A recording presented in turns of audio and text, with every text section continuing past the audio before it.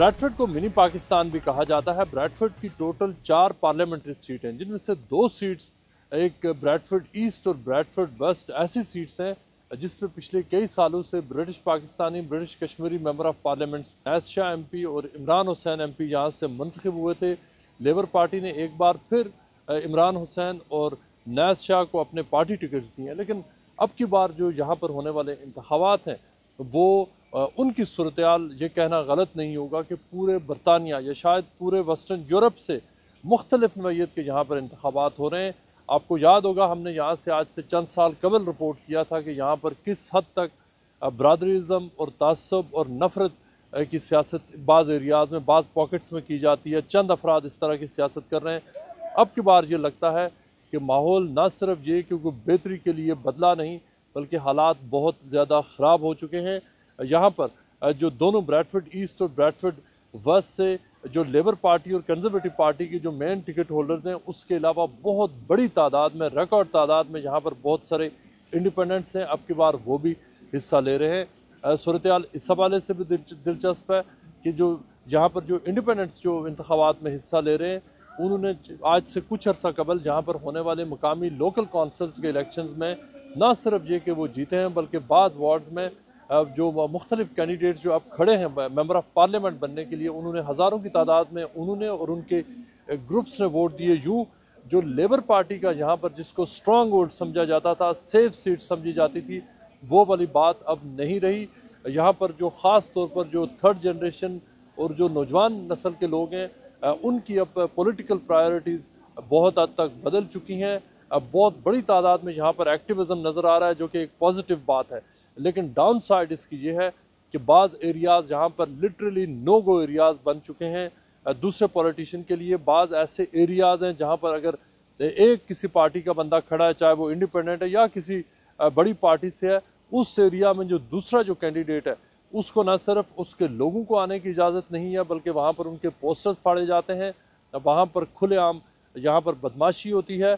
और बहुत सारे एरियाज़ में ये किसी एक कैंडिडेट के लिए इस तरह की सिचुएशन नहीं है, बल्कि जितने भी कैंडिडेट्स हैं, सारे कैंडिडेट्स इंडिपेंडेंट और पार्टी एफिलिएटेड जो कैंडिडेट्स हैं, वो इस बात की कंप्लेंट कर रहे हैं कि उनके रात को पोस्टर्स फाड़े जाते हैं, उनको धमकियाँ दी जाती हैं, और ये कि उनको बाज़ एरियाज़ में जाकर अपने ख्यालात का इजहार करने के लिए वो अपने आप को अनसेफ फील करते हैं। यहाँ पर पुलिस भी मुख्तलिफ जो कंप्लेंट्स ऐसी हैं कि पुलिस यहाँ पर इन्वेस्टिगेट करती है। लेबर पार्टी ने बाज़ लोगों को सस्पेंड किया है, और उसके साथ साथ यहाँ पर चंद गिरफ्तारियाँ भी हुई हैं, और बाज़ लाइव इस वक्त इन्वेस्टिगेशंस भी चल रही हैं। और ये सारा कुछ हो रहा है जो पॉलिटिकल इंटरेस्ट के लिए मुख्तलिफ जो एलिमेंट्स हैं यहाँ पर इन्वॉल्व हैं। जो जितने भी लोग यहाँ पर इन इलेक्शन में खड़े हैं, वो इस पूरी जो सियासत है, जिसको डर्टी पॉलिटिक्स कह सकते हैं, वो उसमें सारी पार्टीज़ अपना अपना हिस्सा डाल रही हैं। हम रिपोर्ट करेंगे यहाँ पर खड़े होने वाले जितने भी जो कैंडिडेट्स हैं, उनके साथ वो इंडिपेंडेंट कैंडिडेट्स हों या मुख्तलिफ जो पार्टी के साथ एफिलिएटेड कैंडिडेट्स हैं, उनके साथ हम बात करेंगे, उनके तहफ़्फ़ुज़ात आपके सामने रखेंगे, और एग्जैक्टली हम आपको बताएंगे कि जो बरतानिया का मिनी पाकिस्तान है, उसमें किस किस्म की इस वक्त सियासत की जा रही है। मैं हूँ मुर्तज़ा अली शाह, और प्रोग्राम है आपस की बात, आवाम के साथ, जियो इलेक्शन स्पेशल।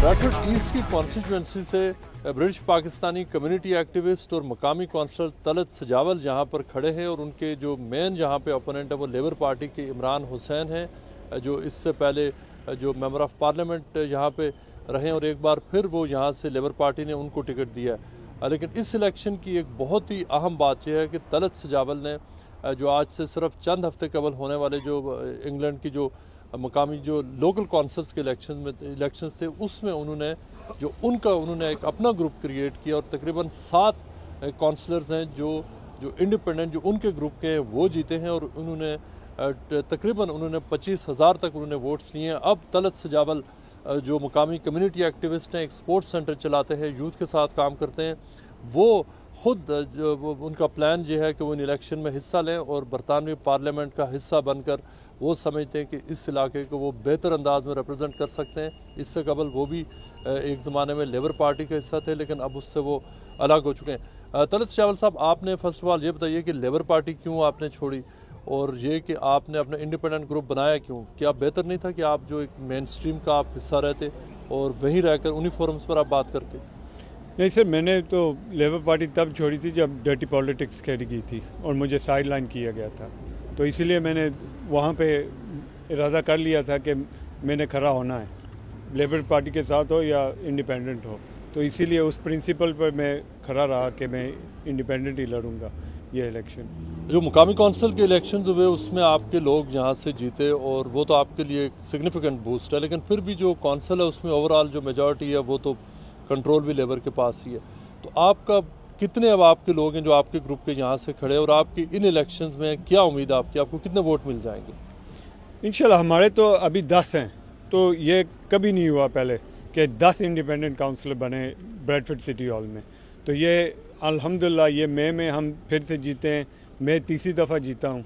तो इंशाल्लाह आगे इस वार्ड में भी हमारे 2 नए काउंसिलर जीते हैं, तो एक इस्माइल है, एक डेविड वार्ड है जो पुराना MP रहा है, तो वो भी जीते हैं। तो इंशाल्लाह उनके हेल्प से, जो हेल्प कर रहे हैं, कैंपेनिंग कर रहे हैं, उनकी हेल्प से कि जो उनको भी वोट मिले हैं, तो इंशाल्लाह हम इंशाल्लाह काफ़ी सारे वोट यहाँ से। मैं ये जानना चाहूँगा कि वो कौन से जो मैनिफेस्टो है जिसकी बुनियाद पर आप यहाँ से आप लड़ रहे हैं, चूँकि जो मकामी MP हैं, अगर तो जो इंटरनेशनल एक एलिमेंट है इस पूरी कैंपेन का, तो वो उन्होंने बहुत सारे उन इश्यूज़ पे उन्होंने भी बात की है, जितने भी यहाँ पे लोग बहुत सारे जो MPs हैं उन इश्यूज़ को उन्होंने हाईलाइट भी किया, रेज भी किया। आप क्या समझते हैं कि जो वो कौन सी ऐसी चीज़ है जो आप करेंगे अगर आप इलेक्ट हो जाते हैं, जो इससे पहले इस कॉन्स्टिट्यूंसी में नहीं हो सकी? सर देखें, इंटरनेशनल इश्यूज़ हम भी रेज करेंगे। फ़लस्तीन सबसे बड़ा इशू है, और जिनका लीडर जो स्टेटमेंट्स उसने दी हैं जो मुसलमानों के ख़िलाफ़ हैं, जो इज़राइल का सपोर्टर है, उसके साथ हम खड़े नहीं हो सकते। तो ये लिप सर्विस ये तो हम नहीं चाहते, हम action speak louder than words. तो ये जो वो कह रहे हैं कि स्टेटमेंट्स दिए हैं, ये तो they just words, they know anything else. वो सिर्फ स्टेटमेंट्स ही हैं, वो किसी सिचुएशन को चेंज नहीं कर सके। पिछले 8 महीने में कुछ नहीं चेंज कर सके। अपने लीडर को इतना, ह्यूमन राइट्स लॉयर है, तो वो इतना भी नहीं कह सकता ह्यूमन राइट्स लेवल पे कि जो हो रहा है गलत हो रहा है, मुसलमानों को मार रहे हैं यहाँ पे। आज उसने फिर स्टेटमेंट दिया बांग्लादेशियों के ख़िलाफ़। आज बांग्लादेशी है, कल हम पाकिस्तानी होंगे, परसों इंडिया वाले होंगे। आप जो उन्होंने कहा कि वो बांग्लादेशियों को रिमूव नहीं किया जाता इस मुल्क से। बिल्कुल, तो यही मैं कह रहा हूँ, ये तो शुरुआत है, अभी तो वो डाउनिंग स्ट्रीट में गए ही नहीं, तो अभी ये स्टेटमेंट्स दे रहे हैं इलेक्शन टाइम पे।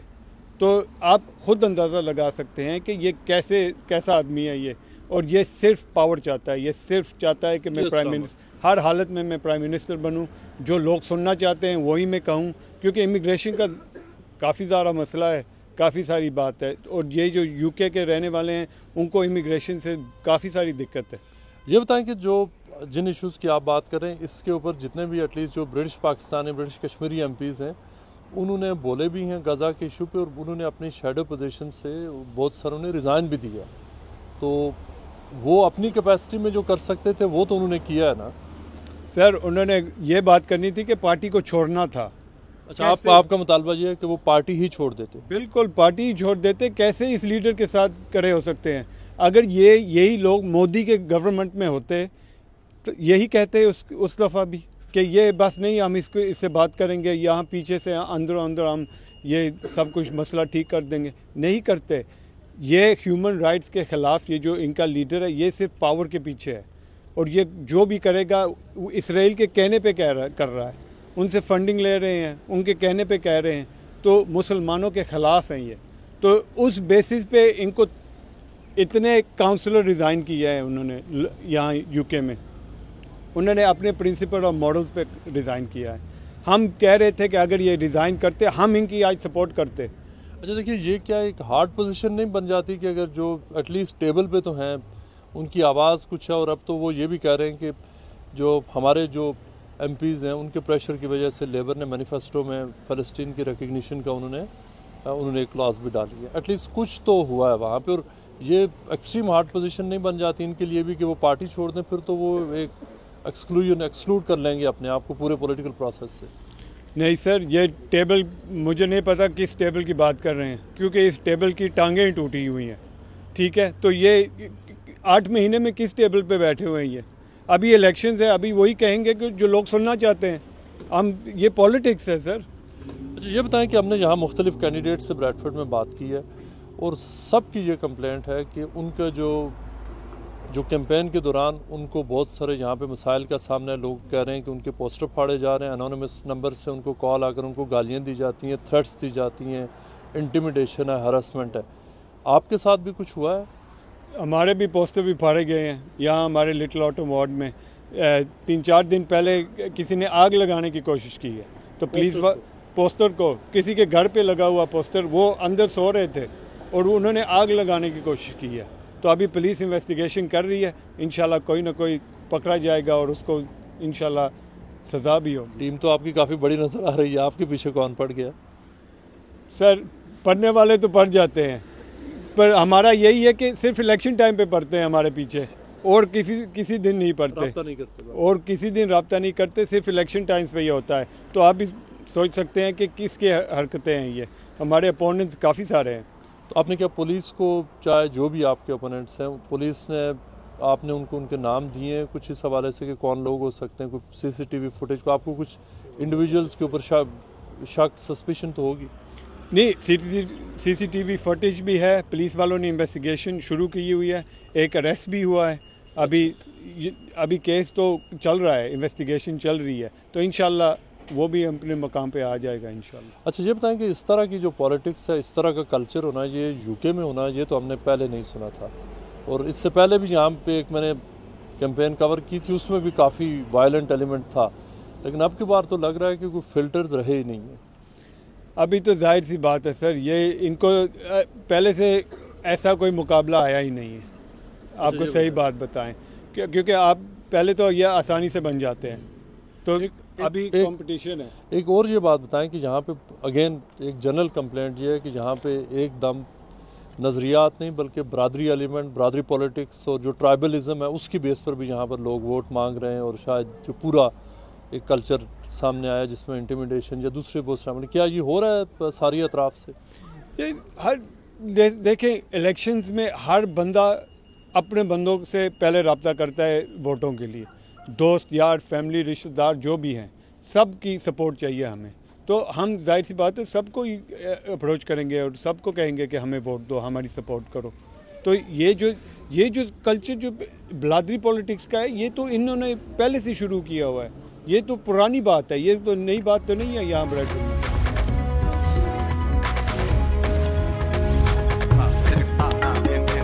प्रोग्राम में वक्त हुआ एक ब्रेक का, मिलते हैं ब्रेक के बाद।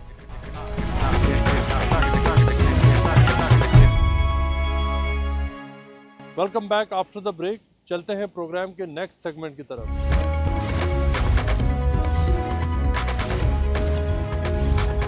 डॉक्टर रेहाना अली पहली बार सियासत में दाखिल हो रही हैं और अपनी वो सियासी करियर का आगाज़ ब्रैडफोर्ड साउथ से शुरू कर रही हैं, जहां उनके जो मेन ओपोनेंट हैं वो लेबर पार्टी के एक उम्मीदवार हैं।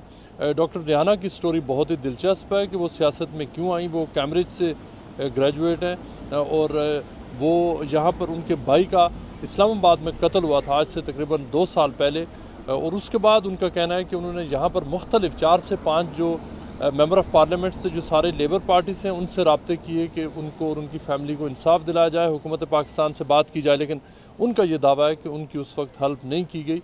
और उसके बाद उन्होंने ये फ़ैसला किया कि वो ख़ुद जो न सिर्फ अपनी आवाज़ बनेंगी बल्कि जो लोकल लोग हैं उनकी भी आवाज़ बनेंगी और बेहतर अंदाज में लोगों को रिप्रेजेंट कर सकेंगी। इस फ़िलासफ़ी को लेकर वो पॉलिटिक्स में आई हैं। हम डॉक्टर रेहाना से बात करें। डॉक्टर साहबा वालेकुम अस्सलाम, आपके साथ जो फर्स्ट ऑफ ऑल क्या ट्रेजेडी हुई थी जिसके बाद आप पॉलिटिक्स में आई? So, 2 years and 4 months ago, my brother was extrajudicially killed in Islamabad, in Ramada by Wyndham Hotel.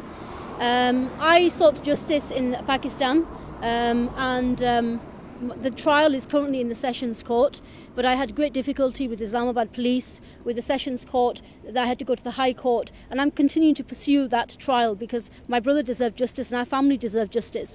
When I tried to get help from the MPs, I found that basically they were lacking. So I was told not to expect justice and that justice would not be delivered in Pakistan, and I disagree with that. I think if you fight hard enough, you will always obtain justice, and no MP, no representative should ever refuse a constituent help. The second most important reason is that उससे पहले आप ये बताएं कि आपके जो भाई के साथ जो हुआ उसके बाद क्या अभी तक आपको वहाँ पाकिस्तान में इंसाफ मिला या नहीं? not yet. I will keep trying. So the case now is in the trial court. The High Court judge said, so initially the police refused me an FIR when I first arrived. There were suspicious circumstances. My brother's body was left in the room for 5 days. There was no food, no water, no housekeeping. The hotel didn't take the bill for 5 days. No hotel lets you stay for free. But the police were complicit. Islamabad police were complicit. And what happened was that they refused an FIR. They thought I would return to England and continue my life. When my brother was my life. I had to go to court to get an FIR. I had to go to court to get the police to investigate. I had to go to court again for a private complaint. And it was refused, and I went to the High Court to appeal, and the High Court judge said there are suspicious circumstances and there should be a trial. So now the staff at Ramada and the police officers are on trial in the Sessions Court, but the process is very, very slow. तो उसके बाद आपने फैसला किया कि आप खुद politics में आएंगे। क्या आप उस वक्त से कैंपेन कर रही हैं और आप वेट कर रही थी कि इलेक्शन आए और आप यहाँ पे मेंबर ऑफ पार्लियामेंट के तौर पे खड़ी हैं? So my background is that I had a very poor experience with the Labour MPs who said don't expect justice. That is not how you behave to your constituents. You have a responsibility, and you should, if you have a job, like I'm a doctor, I'm responsible for my patients. They are responsible for their constituents. But the trigger for me was the genocide in Palestine, what I call the Holocaust in Palestine. When I saw those children being massacred, slaughtered with bombs, and there are probably 100,000 people, more possibly, under rubble, dead, and yet the Labour Party and the Conservative Party are complicit in that genocide, and they've refused to basically end their support for what I call a terrorist entity called Israel. Israel is a terrorist entity. It has no right to exist on Palestinian land. I always held that belief. My brother held that belief, and I will always hold that belief. And it's time that somebody said that. There are no 1967 borders. It's one state. It's called Palestine.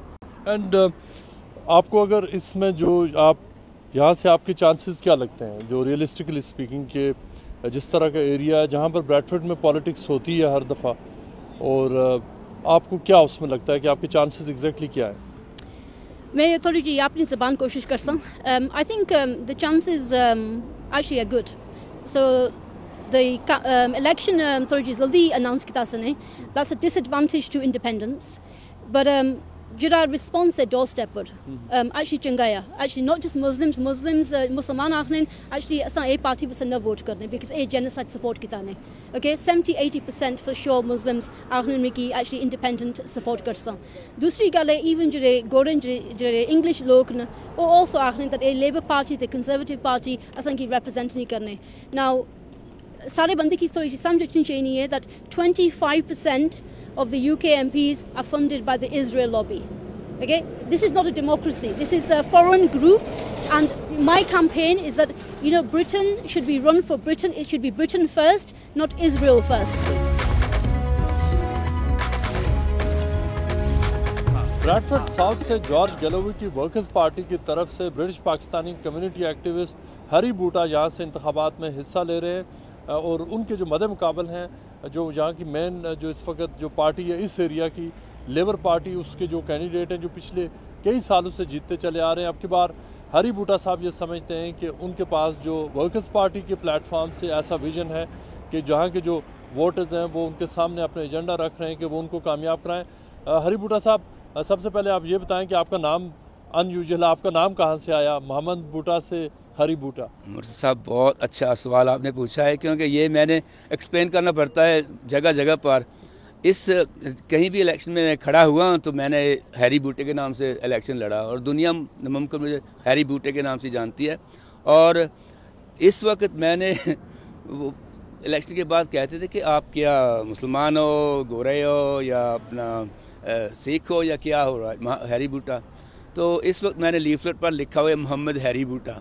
तो उनको पता है कि पहले मैं मुस्लिम हूँ और फिर जो भी वो कहना वो हो रहा है। तो एक बंदा सा, उसका नाम था, अभी बताता हूँ कि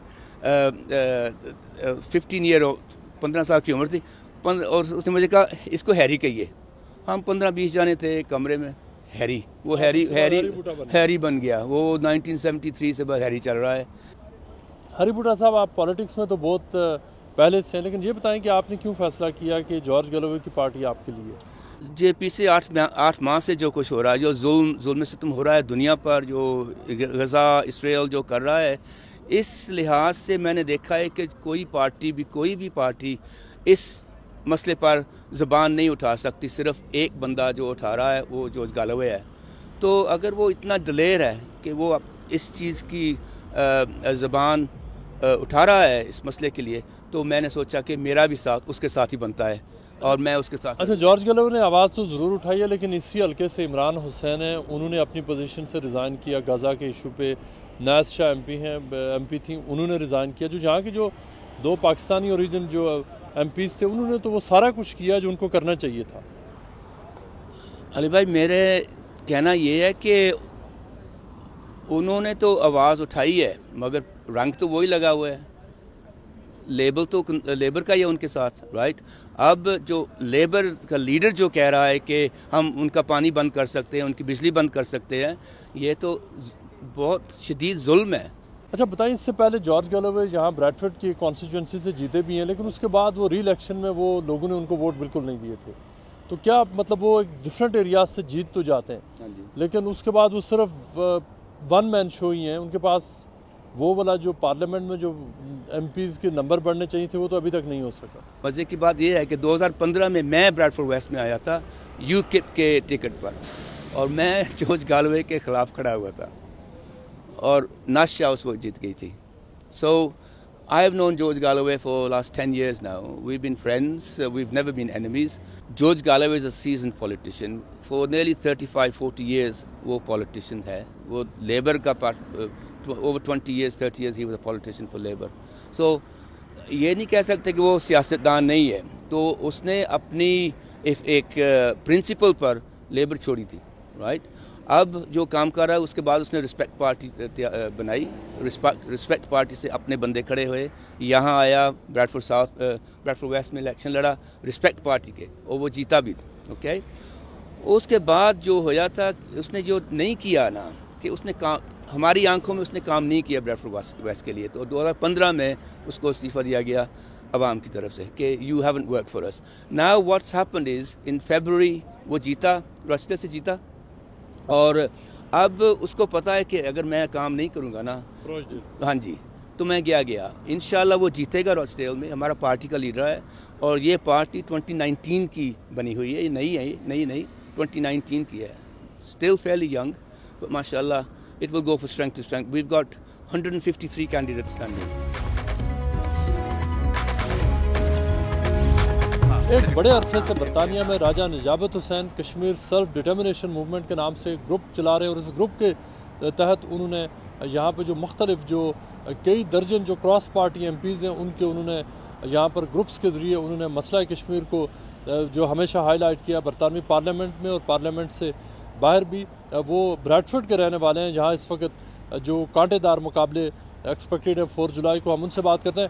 राजा साहब, सबसे पहले ये बताएं कि यहाँ पे इतनी बड़ी कश्मीरी पाकिस्तानी कम्युनिटी आबाद, हम हर तरफ ब्रैडफोर्ड में देख रहे हैं कि फ्री पैलेस्टाइन के बैनर्स तो नज़र आ रहे हैं, लेकिन फ्री कश्मीर का कोई बैनर नज़र नहीं आ रहा। वजह क्या है इसकी? सबसे पहले तो मैं ये कहूँगा जी कि ये हमारी बदकिस्मती है कि मकबूजा कश्मीर में 1 लाख से ज़ायद लोगों ने जानें कुर्बान की हैं पिछले 30 साल में, और इससे पहले 5 लाख से ज़ायद शहादतों के बावजूद हमारी सारी लीडरशिप के अंदर की जो है वो जेलों के अंदर है। मकबूजा कश्मीर में आए रोज़ कानूनी तब्दीलियाँ करके, फ़ौज के ज़रिए मज़ालम करके भारत जो कुछ कर रहा है। हम कश्मीरी तंजीमें अपने तौर पर तो बहुत काम करते हैं, लेकिन फ़लस्तीन भी एक इशू है। मैं नहीं कहता कि उसकी मुखालफत करें, लेकिन उसके हवाले से पिछले 7-8 माह में जो यहाँ शोर है, जहाँ जो लोगों ने गाज़ा का इशू बनाकर लोकल पॉलिटिक्स में, नेशनल पॉलिटिक्स में, और फिर प्रैक्टिकल बहुत कम काम कर रहे हैं। ना लोग वो मुजाहिरों में जा रहे हैं, ना फ़लस्तीन में कोई फ़ंड रेजिंग भेज रहे हैं, ना वहाँ कोई जो पार्लियामेंटेरियन हैं या गवर्नमेंट के लोग हैं उनको लॉबी कर रहे हैं, बल्कि शोर कर रहे हैं।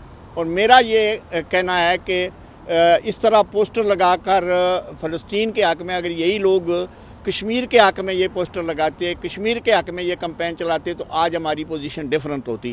बताएं कि यहाँ से जो 2 MPs हैं, इमरान हुसैन है, वो भी लास्ट यहाँ से MP थे, नैस शाह MP थी। आप क्या समझते हैं कि उन्होंने जो कश्मीर के मसले पर और जो दीगर मसाइल पर जो उन्होंने इफ़ेक्टिवली उन्होंने अपनी आवाज़ उठाई? चूँकि हमने देखा है कि यहाँ पर उन दोनों को यहाँ पर बड़ा ही शदीद उनको तनकीद का भी बाज़ हल्कों की तरफ से निशाना बनाया जा रहा है और उनके ख़िलाफ़ अपने ही जो लोग वो कैंपेन्स भी चला रहे हैं और लगता है कि जो इंडिपेंडेंट्स उनके ख़िलाफ़ खड़े हैं वो ठीक ठाक वोट भी ले लेंगे। Imran Hussain senior vice chair हैं all parties Kashmir parliamentary group के, और जिस दिन से मुंतखब हुए हैं, बल्कि वो उसके वालिद के साथ और मैं और उसका वालिद और वो कश्मीर के हवाले से पिछले 40 साल से एक साथ काम कर रहे हैं। और इमरान ने अपना भरपूर किरदार अदा किया है, पार्लियामेंट के अंदर भी, पाकिस्तान जाकर भी, आज़ाद कश्मीर जाकर भी, प्रोटेस्ट में शामिल होकर भी और हमारी कॉन्फ्रेंसों में शामिल होकर भी, बहैसियत मेंबर ऑफ़ पार्लियामेंट उसने एक भरपूर किरदार अदा किया है।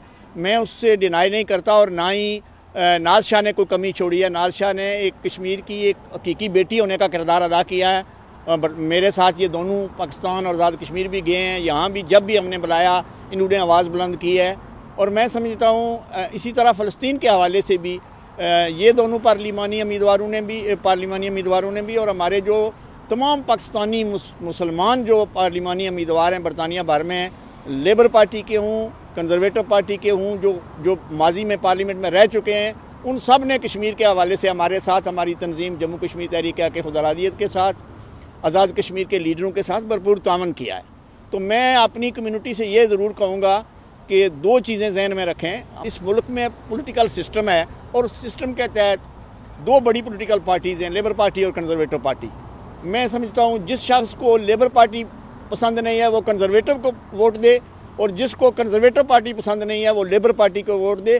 किसी तीसरी पार्टी को और किसी तीसरी शख्सियत को कामयाब करके ना तो हमारी कम्युनिटी का कोई फ़ायदा होगा, ना कश्मीर काज का फ़ायदा होगा, ना फ़लस्तीन का फ़ायदा होगा। अच्छा राजा साहब, ये बताएं कि आप तो यहाँ तकरीबन 40-50 साल से रह रहे हैं, जो सारे जो कैंडिडेट्स हैं यहाँ पे वो शायद ऑन द रिकॉर्ड नहीं, ऑफ द रिकॉर्ड सारे ये कंप्लेंट कर रहे हैं कि यहाँ बरादरीज़म बहुत है और मुख्तलिफ लोग एक दूसरे को काट इसलिए रहे हैं। और ये किसी एक हल्के की बात नहीं है, मुख्तलिफ हल्कों में जहाँ पाकिस्तानीज़ खड़े हैं कि वहाँ मुख्तलिफ बरादरियों के लोग बरादरीज़म के नाम पर एक दूसरे को काट रहे हैं। ये बात किस हद तक दुरुस्त है?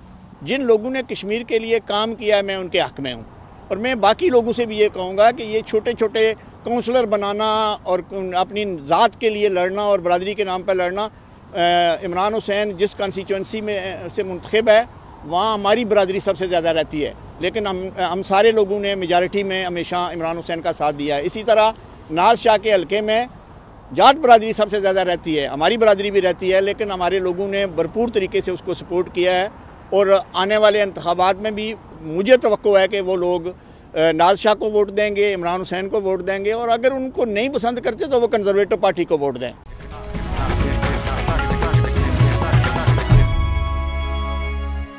Welcome back after the break. Programme के इस हिस्से में बात करेंगे ब्रैडफोर्ड में आबाद पाकिस्तानियों से और उनसे जानेंगे उनकी राय कि 4 जुलाई को होने वाले इंतखाबात में वो किसको वोट देने जा रहे हैं।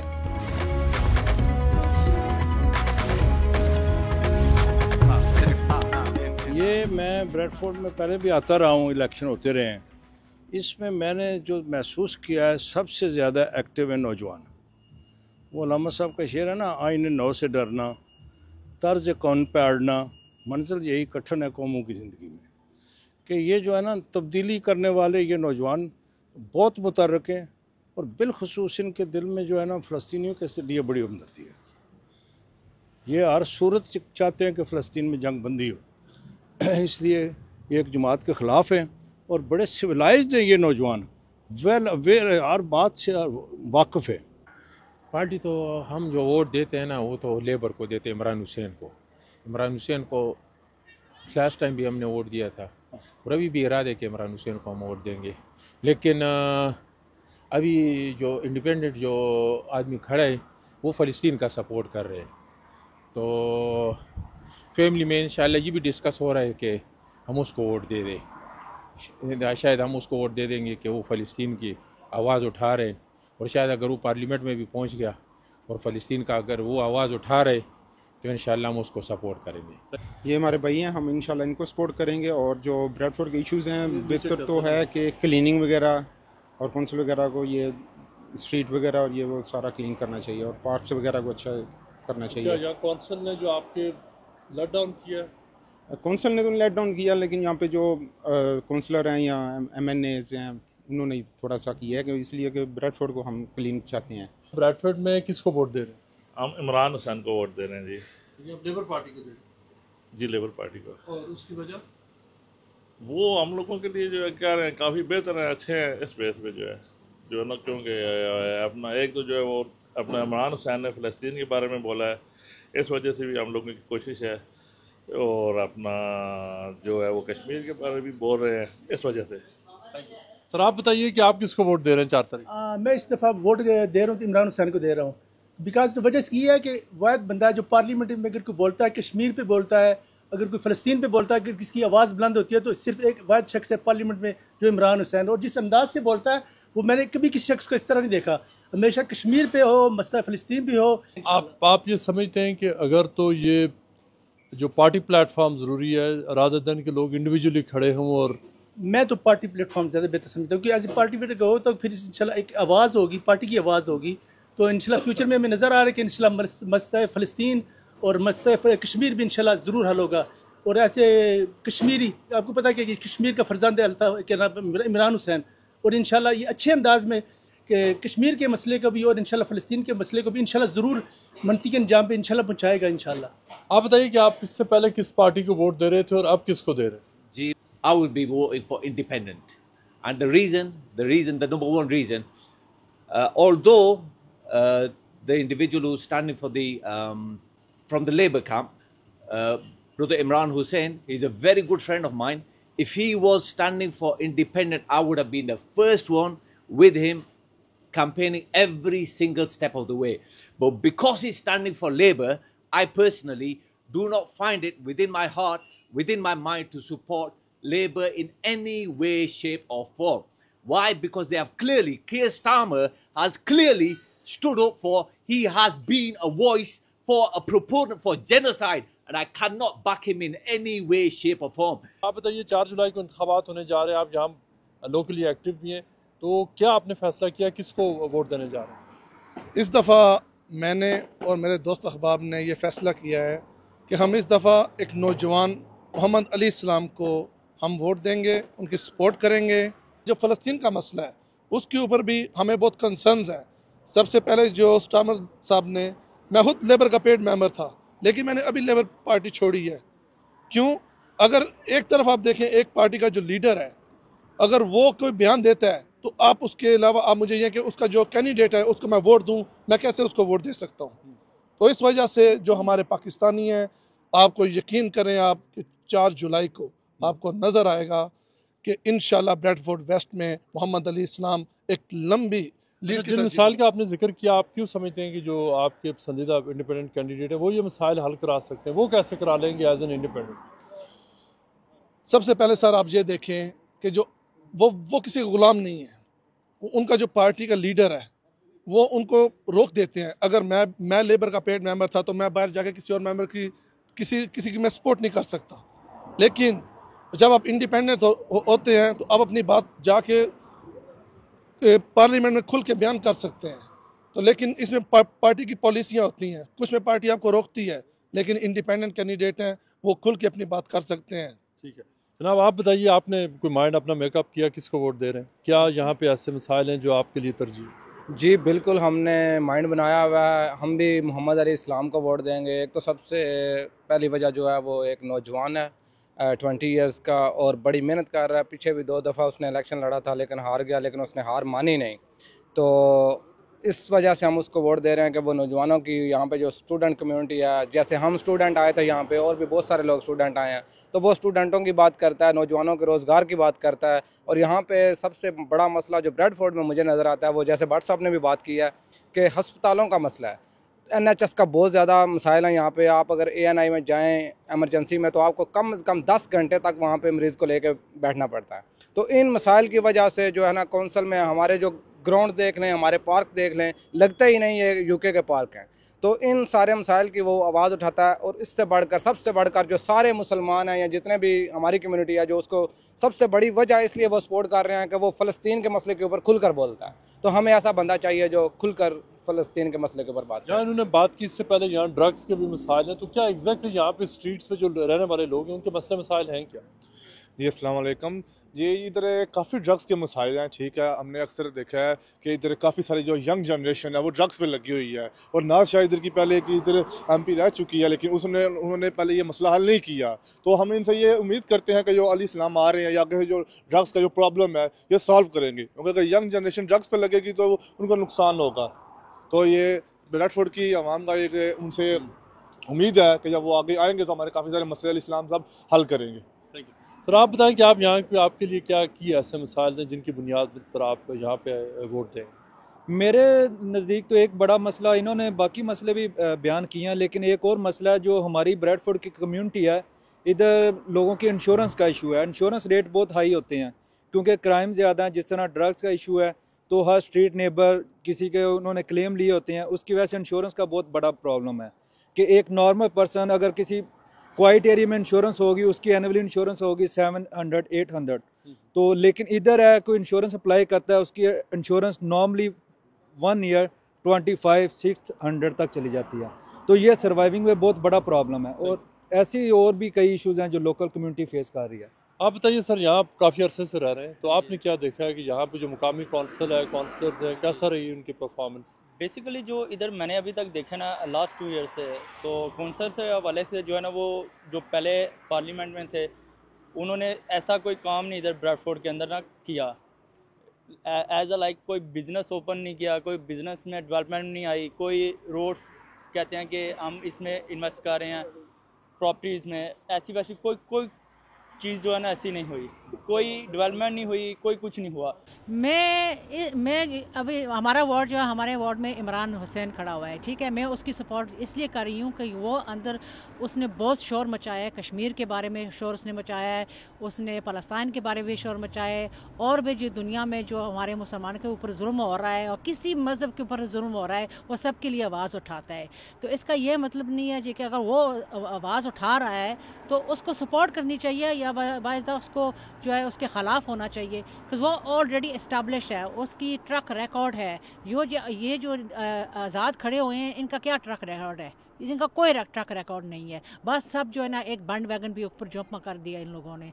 तो यही मैं कहना चाहती हूँ कि बजाय ये जो हमारे अंदर जो आवाज़ उठा रहे हैं उनकी सपोर्ट करनी चाहिए, तो उनको आगे बढ़ाना चाहिए। तो उनको सवाल भी करने चाहिए कि तुम हमारे लिए क्या कर रहे हो, दुनिया के लिए क्या कर रहे हो, जो जुल्म हो रहे हैं, तो उनको सपोर्ट करें। ये नहीं कि उनके खिलाफ हो जाए। ये आज़ाद जो है ना, बस एक अपॉर्चुनिस्ट हैं, जिनको जो है ना जगह मिल रही है वो सब खड़े हो रहे हैं। कुछ डॉक्टर खड़े हुए हैं, उनके प्रोफेशन, अपने प्रोफेशन में रहो। ये पॉलिटिक्स में आप जो है ना क्या डिफरेंस बनाएंगे? कुछ डिफरेंस बनाएंगे आप? Azad what does it say? It says in the title you are independent, you have no voice, no nothing, right? You have no voice, nothing, right? And you can't even make decisions locally, let alone nationally or internationally, right? And you have to have something behind you to for you to be supported by a party. If you're not supported by a party, what can you do? Do you think all these people, that millions of people that are protesting around the world, if they are not listening to them, how are they going to listen to you, a one independent person? What does it mean independent? It means you're on your own. आज के programme का वक्त ख़त्म हुआ। कल आपके सामने हाजिर होंगे एक नए प्रोग्राम के साथ। मैं हूं मुर्तज़ा अली शाह और प्रोग्राम है आपस की बात अवाम के साथ, UK इलेक्शन स्पेशल।